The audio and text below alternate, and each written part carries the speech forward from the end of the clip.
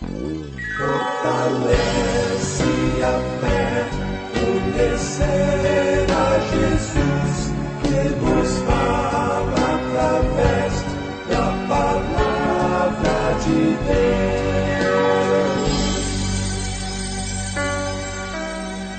Apresentamos Através da Bíblia, o programa que leva você ao estudo sistemático e detalhado do livro dos livros, a Palavra de Deus.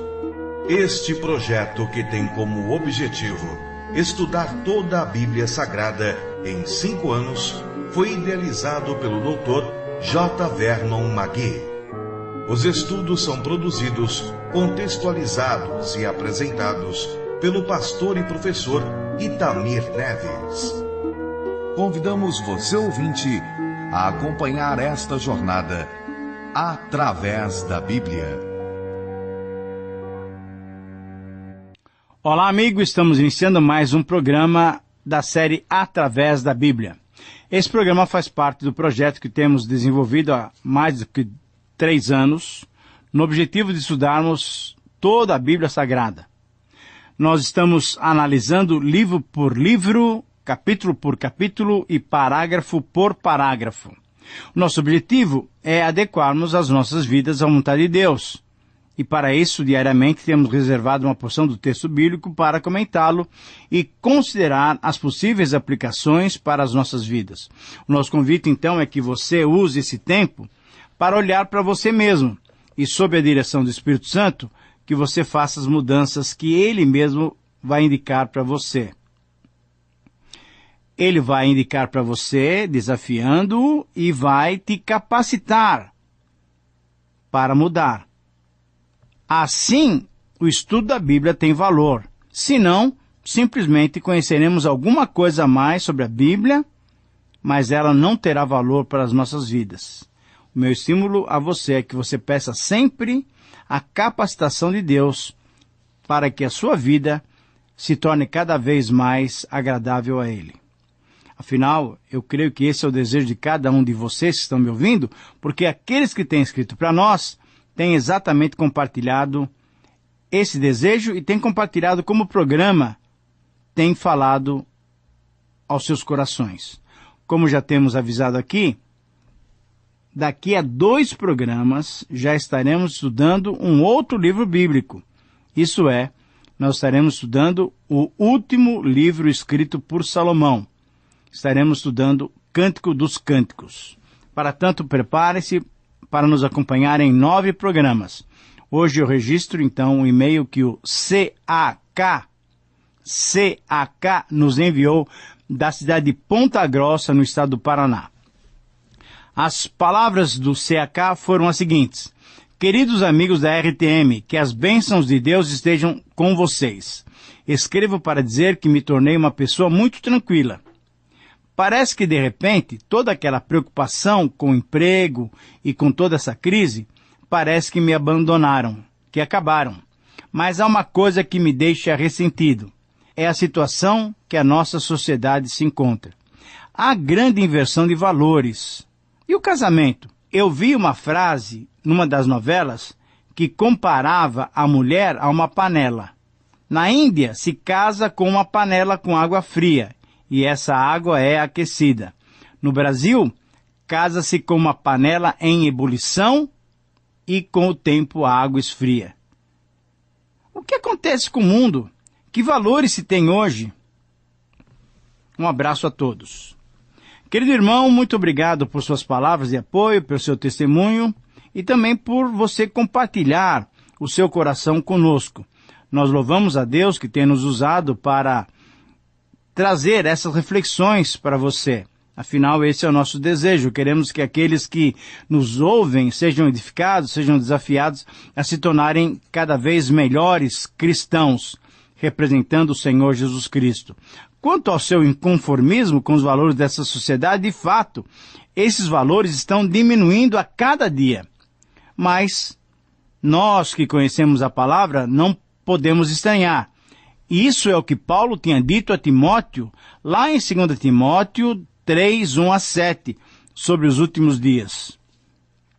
Quanto a nós, devemos cada dia mais estudar a palavra de Deus e pedirmos capacitação a Ele para que possamos obedecê-la. Mas realmente os últimos dias serão dias terríveis, porque os homens estarão abandonando completamente os valores estabelecidos por Deus.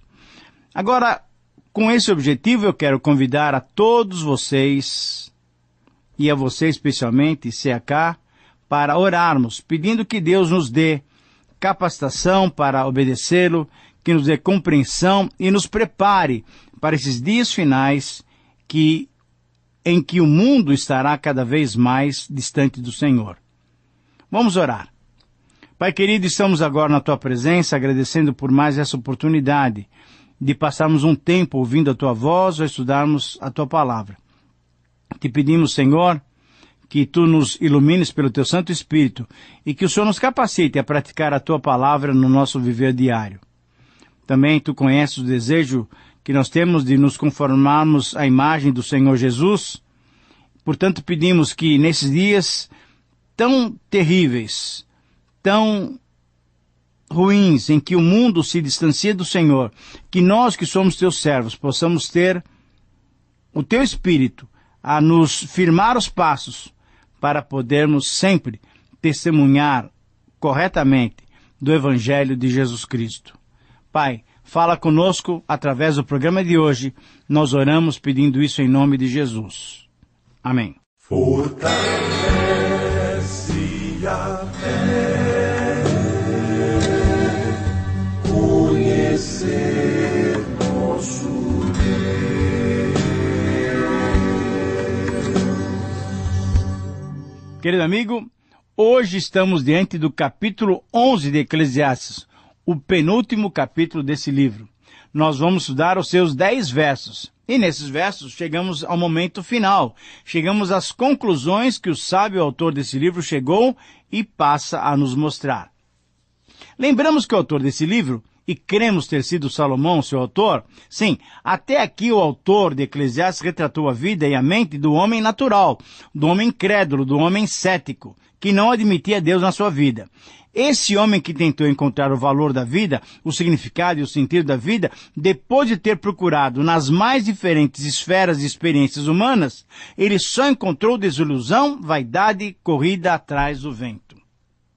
Na verdade, ele não encontrou nada, só encontrou vazio, porque não quis considerar Deus como parte fundamental da vida humana.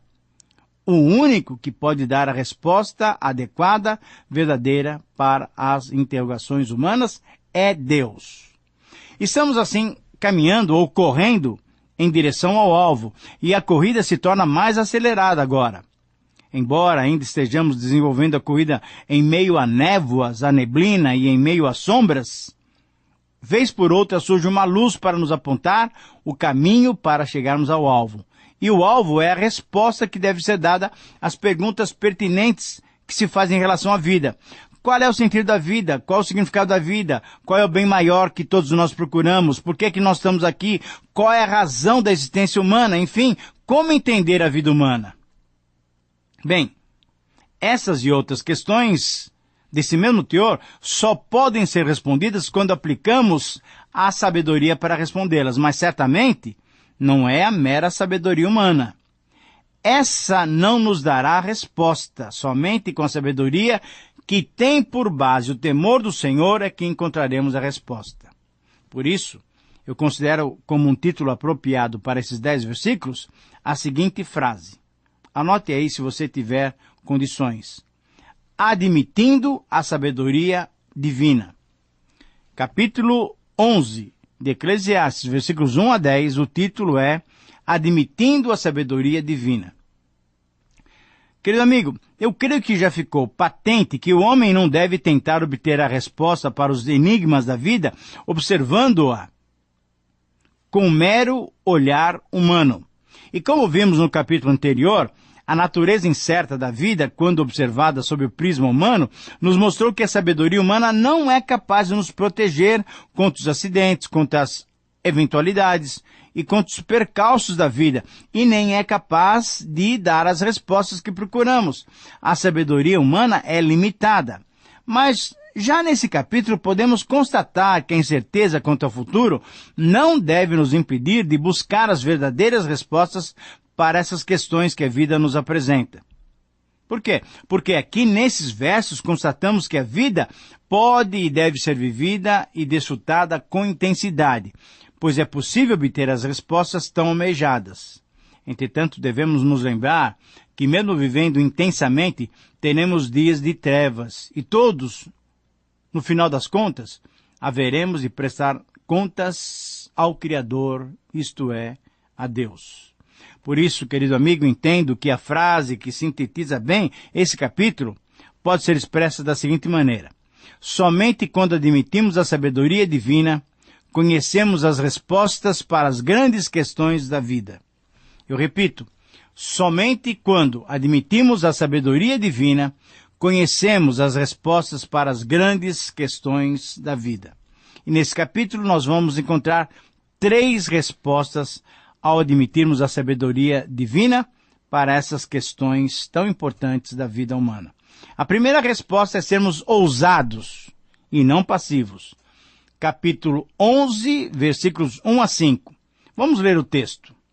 Empregue o seu dinheiro em bons negócios e com o tempo você terá lucro. Aplique-o em vários lugares e em negócios diferentes, porque você não sabe que a crise poderá acontecer no mundo.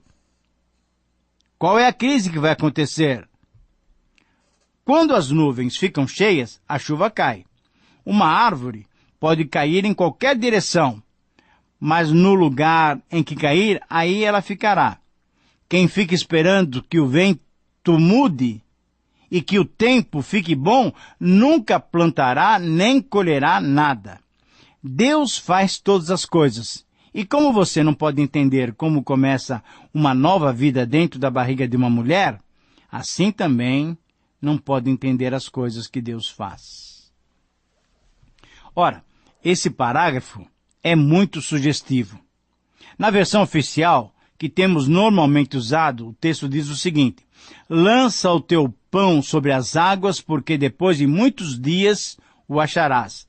Reparte com 7 e ainda com 8, porque não sabes que mal sobrevirá à terra. Agora, quando eu li esses versículos na versão na linguagem de hoje, você deve ter estranhado um pouco. Mas, na verdade, as duas versões nos apontam para vivermos a vida com ousadia, com coragem, com determinação, porém com prudência. Como nós vimos no capítulo anterior. Agindo com prudência, podemos, nessa etapa da corrida, irmos avante com coragem, com ousadia, com intrepidez. Diferentemente do que vimos no capítulo 9, versículo 11, em que o tempo e as oportunidades podem inverter os nossos esforços, e isso nos faz pensar que é melhor não fazermos mais nada, deixarmos a vida nos levar. Nesses versos 1 a 5, mesmo reconhecendo os possíveis riscos que corremos, temos um incentivo para continuarmos. Afinal, é melhor falhar tentando do que ficarmos parados sem saber o que a vida nos prepara. O que vemos nesses versos é o incentivo do pregador a agirmos e não sermos passivos. Mesmo diante das incertezas, devemos nos mover, devemos ir adiante. Ir avante, ir adiante, porém, com prudência, isto é, não colocando todos os nossos recursos numa só aplicação. Se ele se refere a negócios, não apenas num negócio devemos investir. Agora, se ele se refere a ações de generosidade, a prudência também orienta que nós não devemos dar todos os nossos bens, pois um dia poderá faltar para distribuir para outros e poderá faltar para nós mesmos. No verso 3, o desafio é para não ficarmos à mercê do que pode acontecer. Veja bem, se durante o seu trabalho agrícola o lavrador ficar com medo do aguaceiro que pode vir sobre a terra, ou se ficar com medo que uma árvore pode cair, ele não fará nada, ele ficará parado. Portanto, ele deve ser ousado. Não deve ser passivo, ele deve ser decidido. O que tiver para fazer, deve fazer sem temor, deve fazer com confiança. Assim também, nos versos 4 e 5, o incentivo é para agirmos, pois se a própria natureza mostra ao homem que ele não tem controle sobre ela, se ele não agir, o que acontecerá? Ele ficará sentado e esperando indefinidamente. Mas é interessante observarmos que no verso 5, ele já considera Deus como aquele que é soberano e tem o controle daquilo que nós não conhecemos. Como não conhecemos o caminho do vento, também não conhecemos como se forma uma nova vida no ventre materno. Como diz o salmista, pois tu formaste o meu interior, tu me teceste no seio da minha mãe, graças te dou, visto que por modo assombrosamente maravilhoso o Senhor me formou. As suas obras são admiráveis e a minha alma o sabe muito bem. Salmo 139, 13 e 14. Querido amigo, como nós não conseguimos entender esse Deus infinito e as suas grandiosas obras tecendo não só o nosso exterior, mas também tecendo o nosso espírito, isso é, o nosso interior, sim, como nós não podemos entender essas ações assombrosamente maravilhosas, nós não podemos ficar parados e perplexos. Devemos agir, devemos continuar a nossa corrida com prudência, mas não devemos ficar parados, estagnados e passivos. Como Paulo disse a Timóteo, porque Deus não nos tem dado um espírito de covardia, mas de poder, de amor e de moderação. 2 Timóteo 1,7. Essa, então, é a primeira resposta que obtemos quando admitimos que as respostas procuradas só são encontradas com a sabedoria que tem por base o temor do Senhor. A segunda resposta, então, agora, nos versos 6, 7 e 8, é sermos ativos e não remissos. Vamos continuar a leitura do texto para percebermos o incentivo que o pregador dá, tendo em vista que as respostas que tanto foram procuradas durante esse livro se encontram apenas em Deus. Sem irresponsabilidade, porém com determinação, nós vamos encontrar. Então, sermos ativos e não remissos. Veja o que diz os versículos 6, 7 e 8.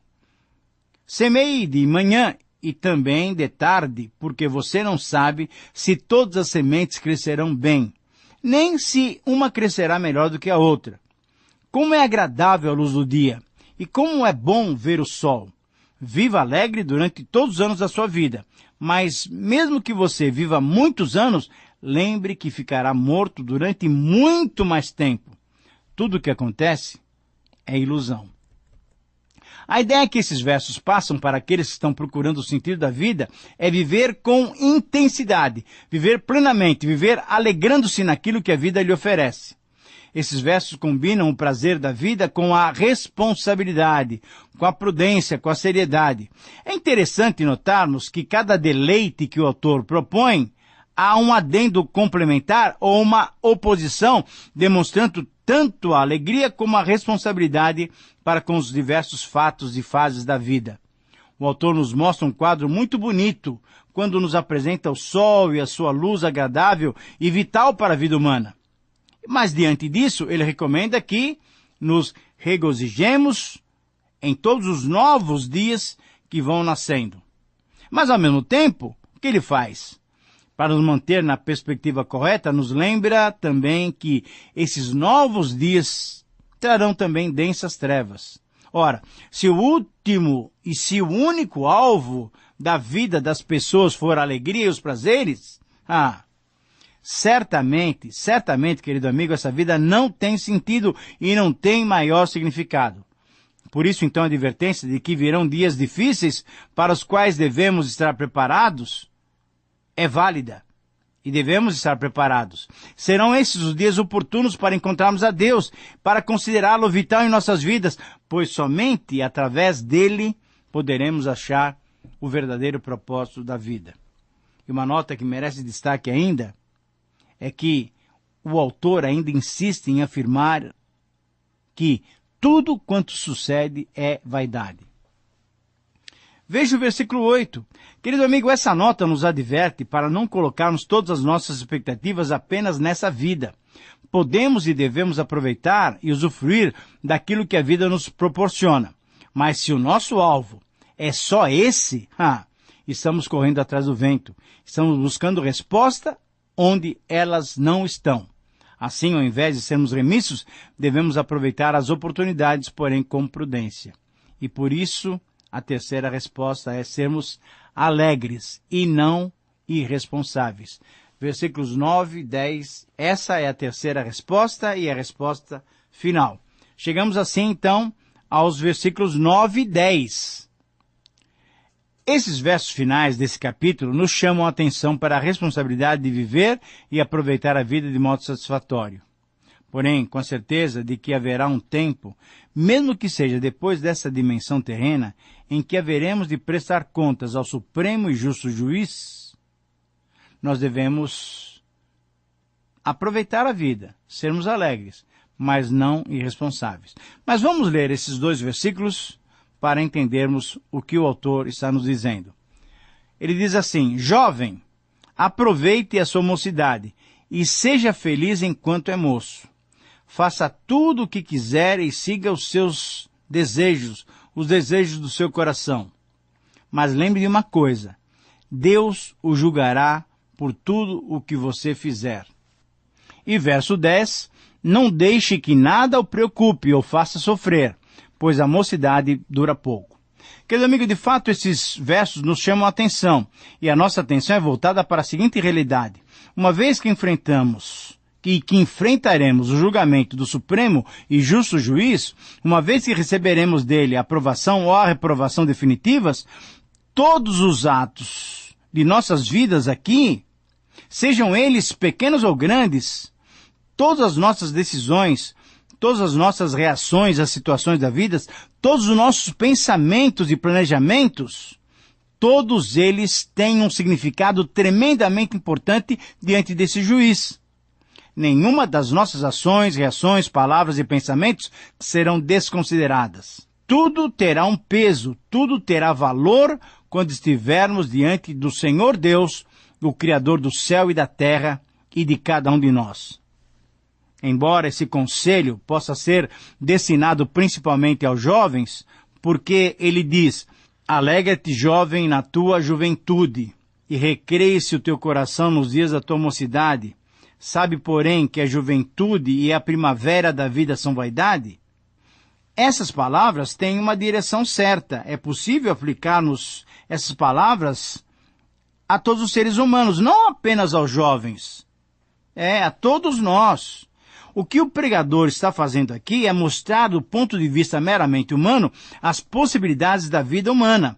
Podemos enfrentar incertezas, mas certamente teremos alegrias. Se olharmos para a vida sob o prisma humano, certamente não importa o que fazemos e como reagimos a esses acontecimentos. Por quê? Porque para esse homem cético, sem Deus, que procura as respostas apenas na sabedoria humana, a vida termina na morte. Mas para nós que cremos, nós sabemos que essa não é a realidade. A realidade é que todos nós compareceremos diante de Deus, o supremo e justo juiz. Por isso o conselho é esse: desfrute a vida tanto quanto possível, mas não nos esqueçamos de que tudo que parece breve, passageiro, ilusório, sem importância e apenas vaidade, tudo isso terá um peso tremendo. Todas as nossas ações, reações, pensamentos e palavras terão grande valor quando chegamos à época da velhice. Dos dias maus, conforme diz o capítulo 12, versículo 1, que estudaremos no próximo programa. Quando chegarmos ao fim da nossa existência terrena e passageira, quando entrarmos na dimensão da eternidade, tudo terá grande valor. Essa é a realidade, essa é a verdade. Por isso o conselho de que se tenha sempre em mente, de todas as coisas, Deus nos pedirá contas. Viver pensando só em aproveitar e usufruir o máximo dessa vida é loucura, é vaidade, é correr atrás do vento. Ficar com o coração desgostoso, amargurado, carregar mágoa e depois ter doenças psicossomáticas sofrendo no nosso corpo, não vale a pena. Ao deixarmos as tensões da vida, as mágoas e as tristezas, poderemos aproveitar os prazeres que a vida nos oferece. Mas para que isso aconteça, para que aconteça uma vida de paz interior, é necessário lançarmos todas as nossas ansiedades e súplicas diante do Senhor, pois Ele tem poder para guardar o nosso coração e a nossa mente em Cristo Jesus.